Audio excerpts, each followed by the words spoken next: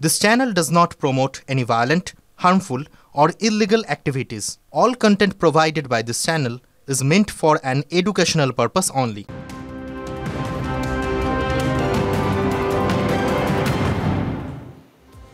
অনির্বাণ, মিরিক বেশ ছবির মতন সাজানো সুন্দর একটা জায়গা, আর তার গ্রামগুলো না আরো সুন্দর।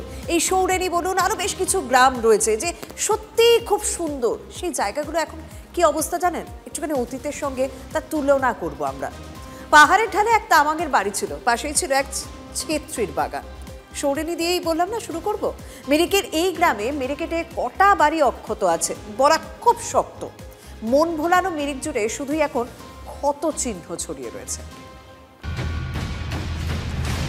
মিরিকে মৃত্যু মিছিল, প্রকৃতির তাণ্ডবে এক এক করে 11 জনের মৃত্যু। নদীখাত ছাড়িয়েছে, দুকুল ভাসিয়েছে খরস্রোতা নদী। তাসের ঘরের মতো ভেঙে গিয়েছে সমস্ত কিছু।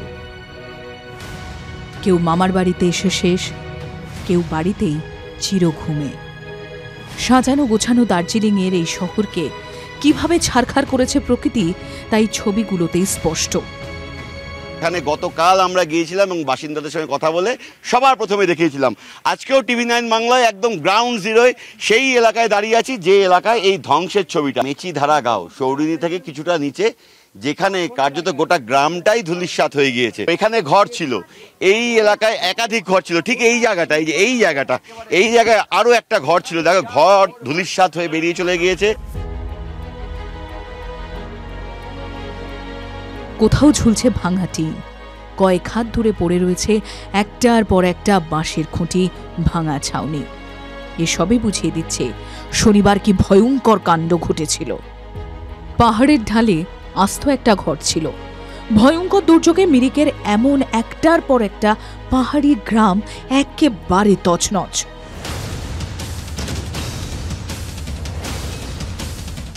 বাড়ি ঘর ধুয়ে মুছে সাফ। বৃষ্টি একটু কমতে দুর্গতদের নিয়ে যাওয়া হয় স্থানীয় এক ত্রাণ শিবিরে। কিন্তু দুর্গতরা পরিত্রাণ চান পাকাপাকি সমাধান।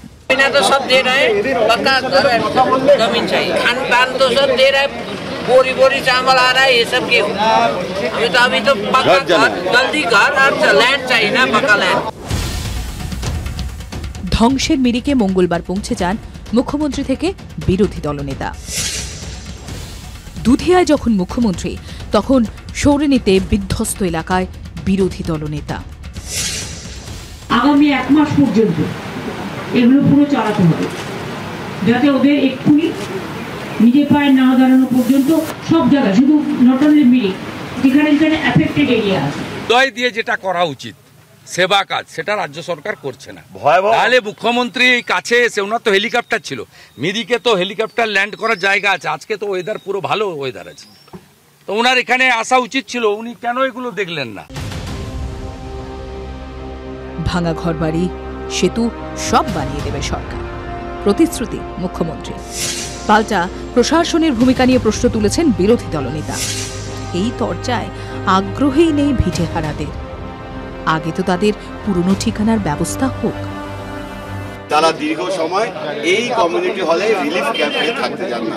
তারা চান এই দুর্যোগ কাটিয়ে উঠে স্বাভাবিক ছন্দে ফিরতে, আর এক ফালি জমিতে ঘর তৈরি করে সেখানে থাকতে।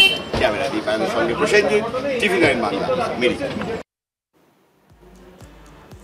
জলদাপাড়া বেড়াতে গেলে অনেকেই সীসামারা নদীর ধারে ঘোরাঘুরি করেন, শালকুমারহাট চত্বরেও ঘুরে বেড়ান অনেকে। এখন সেই এলাকায় জানেন তো ধ্বংসস্তূপে পরিণত, বিধ্বস্ত একেবারে। আর নাগরাকাটার বামনডাঙ্গা তো এই মুহূর্তে বিচ্ছিন্ন দ্বীপ। বই খাতা সব ভেসে গেছে, খাবার নেই, বইপত্র নেই।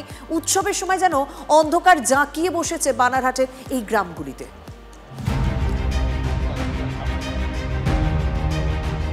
কেউ পেলোডারে উঠেছেন, কেউ ট্রাক্টরে। যারা সেই ব্যবস্থা করতে পারেননি, তারা প্রায় কোমর সমান জল নদী পেরিয়েছেন। খরস্রোতা গাঠিয়া এখনো ভয়ঙ্কর। জলপাইগুড়ির নাগরাকাটার বামনডাঙ্গা এখনো বিচ্ছিন্ন দ্বীপ। ভয়ঙ্কর নদী পেরিয়েই যাতায়াত করতে হচ্ছে দুর্গতদের। বহুত কষ্ট হচ্ছে।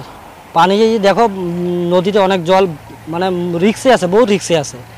মানে अगर जीवन झुकी नहीं पारा पार करते होते जीवन में ब्रिज का तो क्या करेगा, ब्रिज टूट गया है, उधर गांव का एक तो ब्रिज रहा वो भी टूट गया है, आदमी का घर और पूरा फंसा गया, किसी का तो कोई निशाने नहीं है। সেতু ভেঙেছে বাড়ি, আর ঘরবাড়ির সঙ্গে পড়ুয়াদের বই, গুরুত্বপূর্ণ কাগজপত্র সব জলে ভেসে গেছে।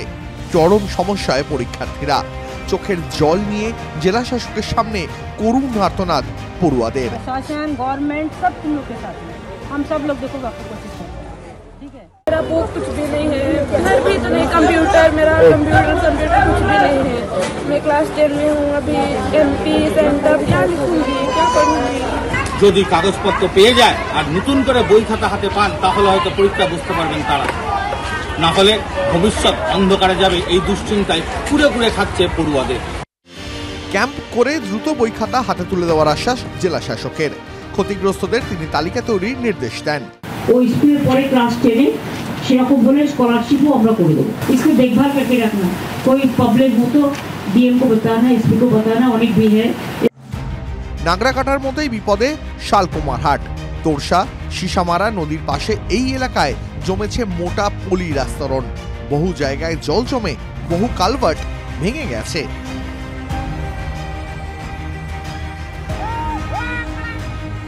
আর এর পাশেই জলদাপাড়া অভয়ারণ্য। বন্যপ্রাণীরা বেরিয়ে পড়েছে। যোগাযোগ বিচ্ছিন্ন হওয়ায় ত্রাণ এসে পৌঁছয়নি অনেক জায়গায়। রনি চৌধুরীর রিপোর্ট, TV9 বাংলা।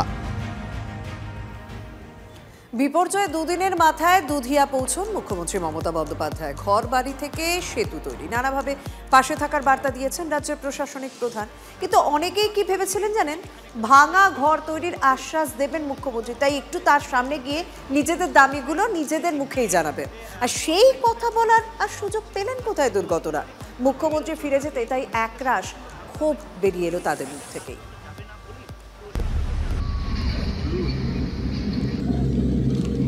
এই যে বাড়িটা, এই বাড়িতে এই যে তিস্তালামা এ দিদি থাকতো এবং এখানেই ওর বাড়ি থাকতো, এবং সেটাই কিন্তু বললো যে তারা তৈরি হয়ে এসেছিল মুখ্যমন্ত্রীর কাছে বলবেন যে তাদের বাড়ি ঘর কিভাবে পুরোপুরি সম্পূর্ণ জলের তলায় চলে গিয়েছে, বাড়ি বলতে কোনো কিছুই নেই, এবং সেটা নিয়েই মুখ্যমন্ত্রীর কাছে তারা বলবেন বলে ভেবে এসেছিলেন।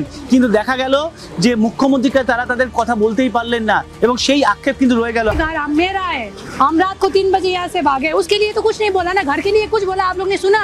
घर कब बनाएगा कुछ बोला है आप लोग को? एडमिनिस्ट्रेशन कुछ नहीं बोला, ये घर के लिए तो बात भी नहीं किया अभी तक। आप लोग के तैयार होके आए थे, सीएम को बताएंगे? हाँ एकदम तैयार होके आए थे, बताएंगे, लेकिन चांस ही नहीं मिलता है ना, क्योंकि हम तो छोटे मोटे लोग हैं, हमारे पास तो कुछ भी नहीं है। এখানে কি ভয়ঙ্কর ছবি, সবকটা বাড়ির হয়ে রয়েছে, সম্পূর্ণ ঝুলে রয়েছে গোটা অংশ। सेम बात करेगा, हम लोग साथ सेम बात करते हैं, हम लोग साथ आप लोग बोलने के फूक फाक के चला गया, इतना मेरा 3 स्टेप का मकान जा रहा है, वो देखने भी नहीं।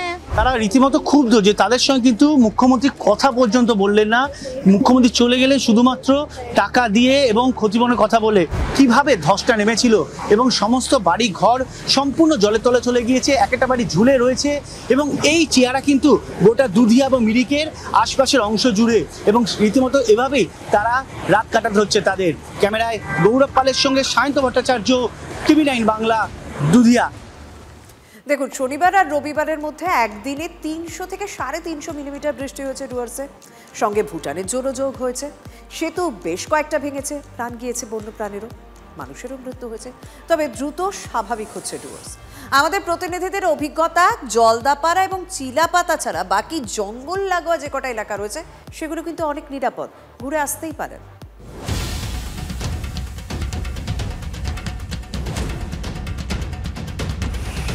ডুয়ার্সের সবচেয়ে বেশি ক্ষতিগ্রস্ত জলদাপাড়া।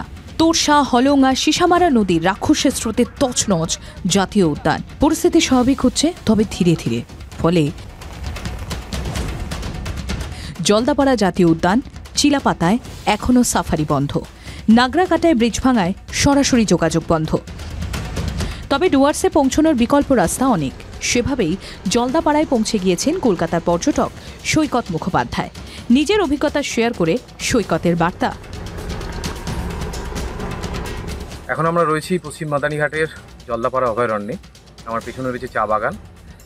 দুদিন আগে প্রবল বর্ষণের ফলে উত্তরবঙ্গে যে বন্যা পরিস্থিতি তৈরি হয়েছিল তার লেশমাত্র কিছু নেই।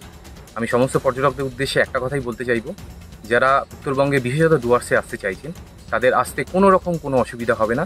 সমস্ত রাস্তা সব দিক থেকেই খোলা আছে, সুতরাং আপনারা নিজেদের প্ল্যান, ঘোরবার প্ল্যান, সেটা কোনোভাবেই ক্যান্সেল করবেন না।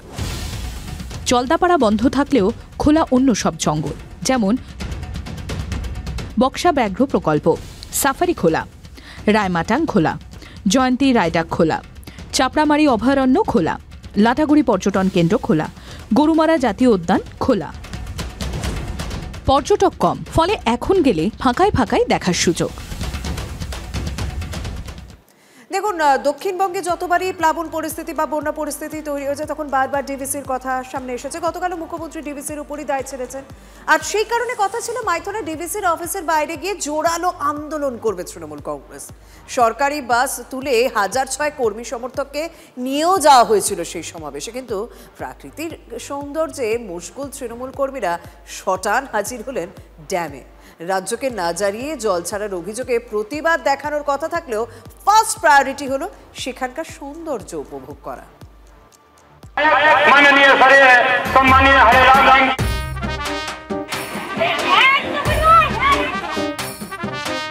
कहाँ पर आए हैं आप लोग? मैथन। इसलिए मीटिंग में। तो मीटिंग अभी क्या देख रहे हैं आप लोग? अभी हम लोग डैम देख रहे हैं। तृणमूल का जो कर्मसूची है, क्या कर्मसूची? बोलिए बोलिए। इसलिए आए हैं? दादा का मीटिंग में आए हैं। ये हम लोग का কোথায় এসেছেন? मैथन। মাইথন কেন এসেছেন? দাদারা জানেন, বলে দাও বলে দাও বলে দাও। हमारा 14 नंबर वार्ड नेता, बड़ नेता, আমাদের নেতা। আপনারা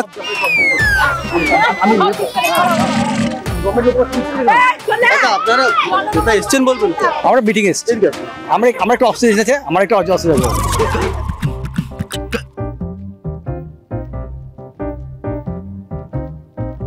अभी मीटिंग से हम लोग होकर आए हैं, फिर हम लोग पानी का माजरा देख रहे हैं, फिर मीटिंग हम लोग अटेंड करेंगे। तो मीटिंग तो खत्म हो जाएगा? नहीं, हम लोग तुरंत चले जाएंगे, देखने के लिए आए कि पानी किस तरह छोड़ा जाता है।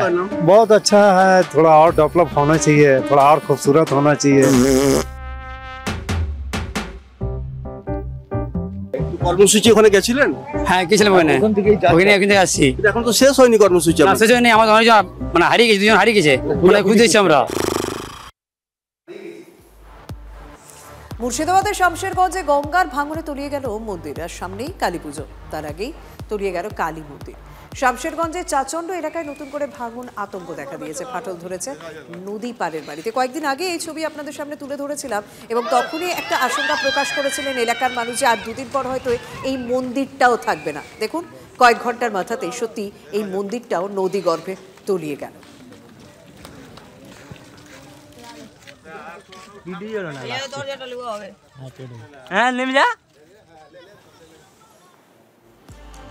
দুর্গা পুজো শেষ, সামনে কালী পুজো, দীপাবলি, একই সঙ্গে আছে ধনতেরাস, তারপরে শুরু বিয়ের মরশুম। কিন্তু সোনার দামে মধ্যবিত্ত নাজেহাল।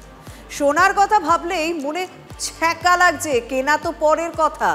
ব্যবসায়ীরা বলছেন গত বছর ধনতেরাসের সময় সোনার দাম ছিল 70,000-এর ঘরে, আর এখন সেটাই 1,10,000-এর আশেপাশে ঘোরাফেরা করছে। দাম শুনে ক্রেতাদের মাথায় হাত।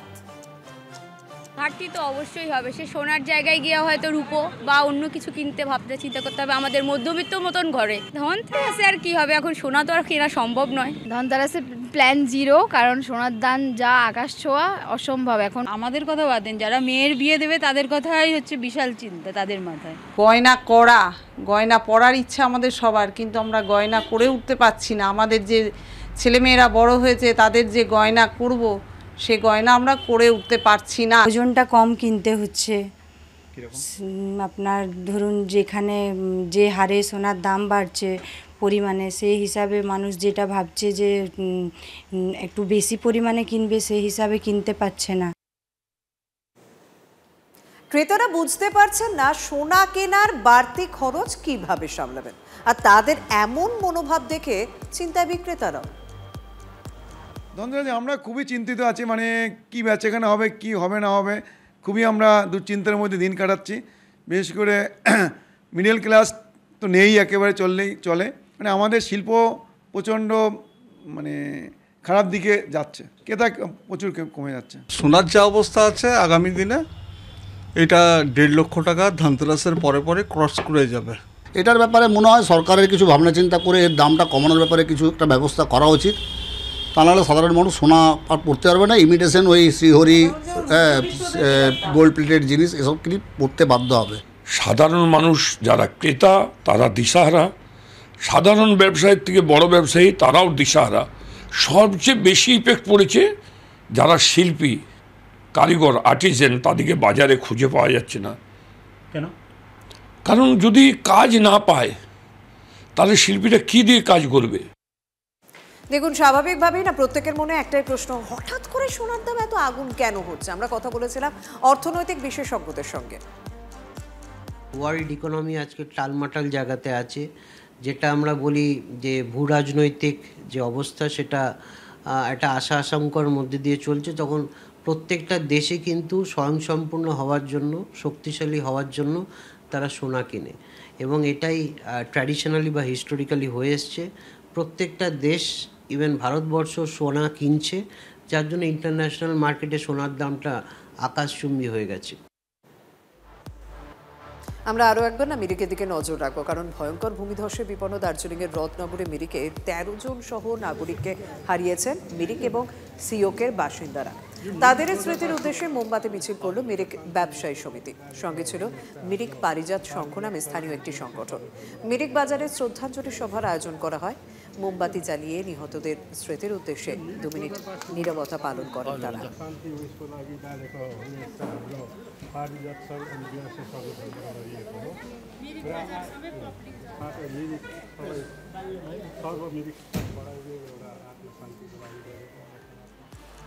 বেঙ্গল ব্রেকিং আজ এখানেই শেষ করছি। আমি আর অনির্বাণ বিদায় নিচ্ছি।